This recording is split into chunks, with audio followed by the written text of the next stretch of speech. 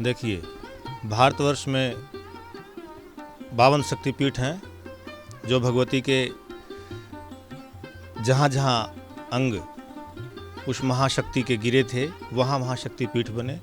संगम से पश्चिम दिशा में कोस भर की दूरी पर और अक्षयवट से वायव्य कोण में भगवती सती का जो ये है पंजा है, हथेली है, ये यहाँ पर गिरी 5 उंगलियाँ।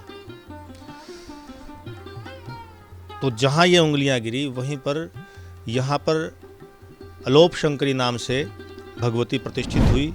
मेरे साथ में पंचायती महानिर्वाणी अखाड़े के मुख्य कार्यालय के सचिव यमुनापुरी जी से जानेंगे कि जो अलोप शंकरी शक्तिपीठ है इसका क्या महत्व है और क्या इतिहास है।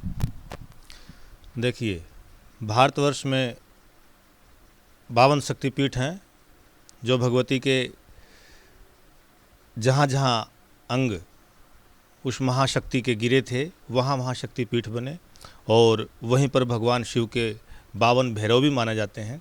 तो वहाँ उन शक्तिपीठों की रक्षा हेतु भैरव रूप में भगवान शिव भी प्रतिष्ठित हुए। हमारे प्रयागराज में प्रयागे संगमात क्रोशम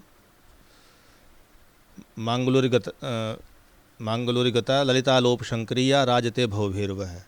ये जो है संगम है, संगम से पश्चिम दिशा में कोस भर की दूरी पर और अक्षयवट से वायव्य कोण में भगवती सती का जो ये है पंजा है, हथेली है, ये यहाँ पर गिरी 5 उंगलियाँ। तो जहाँ ये उंगलियाँ गिरी वहीं पर इनका मूल ललिता भवानी भी इनको कहते हैं। अलोप शंकरी नाम से का मूल भगवती प्रतिष्ठित हुई। ललिता अलोप शंकरी इनका पूरा नाम है। तो भगवती यहीं पर प्रतिष्ठित हुई और भव नाम के जो भैरव हैं, यहाँ पर जो प्रयाग तीर्थ में भगवान शिव भव नाम से हैं, तो भव नाम के जो भैरव हैं ललितेश्वर महादेव बिल्कुल बगल में ही हैं, भगवती के वहाँ प्रतिष्ठित है। इस शक्तिपीठ का सदियों से, सैकड़ों सालों से 10 नाम नागा सन्यासी पंचायती अखाड़ा महानिर्वाणी के नागा सन्यासी पूजा अर्चन करते हुए आ रहे हैं और पूरा प्रबंधन अखाड़े के द्वारा ही वहाँ देखा जाता है। तो यह पौराणिक कथाओं के हिसाब से जब भगवती सती के शरीरों के पृथ्वी के अलग अलग भूभागों पे जब अंग गिरे तो जहाँ जहाँ वो अंग गिरे वहाँ शक्तिपीठ हुए। तो हमारे प्रयाग का जो शक्तिपीठ है वह श्री ललिता भवानी ललिता अलोप शंकरी भगवती है। लेकिन हमने देखा है जब भी हम मंदिर में गए हैं तो सिर्फ वहाँ पर एक झूला दिखता है, तो झूले की पूजा होती है, वहीं पर लोग नारियल चढ़ाते हैं, फूल चढ़ाते हैं। तो ये झूला ही सिर्फ क्यों है? कोई देवी की प्रतिमा या कोई और नहीं, कुछ नहीं दिखता है। यहाँ पर क्या है, भगवती का ये मान लीजिए आप, अंतिम अंग भगवान शिव के हाथ में से भगवती का हाथ था, कंधे पे शरीर था। तो जब सुदर्शन चक्र से भगवान विष्णु अलग अलग अंगों को करते चले गए तो अंतिम अंग जो है वो यहाँ गिरा, ठीक है ना। तो भगवती का अंतिम अंग यहाँ गिरा, तो यहाँ भगवती की कोई भी प्रतिमा नहीं है।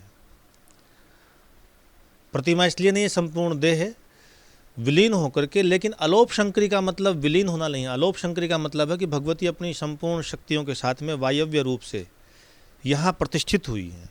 और वहाँ एक झूला है। झूला माता और पुत्र के बीच का एक अनूठा संबंध दर्शाता है कि समस्त जगत के लिए वह माता स्वरूप है और सारे जगत के जितने भी आत्माएं हैं वो सब उसके बच्चे हैं।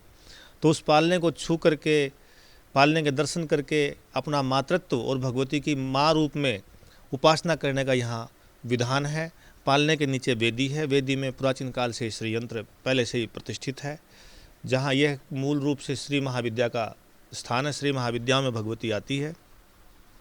और जो वेदी है, वेदी के अंदर फिर एक कुंड है ऊपर।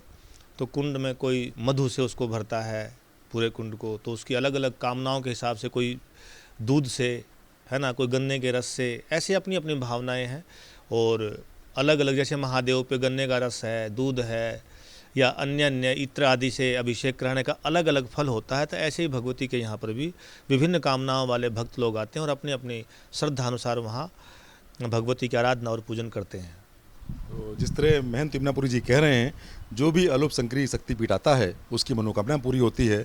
और पूजा अर्चना करने से उसको एक शांति तो मिलती है, साथ में पुण्य लाभ भी मिलता है। भारत एक्सप्रेस के लिए कैमरामैन समर के साथ सुशील कुमार तिवारी, प्रयागराज से।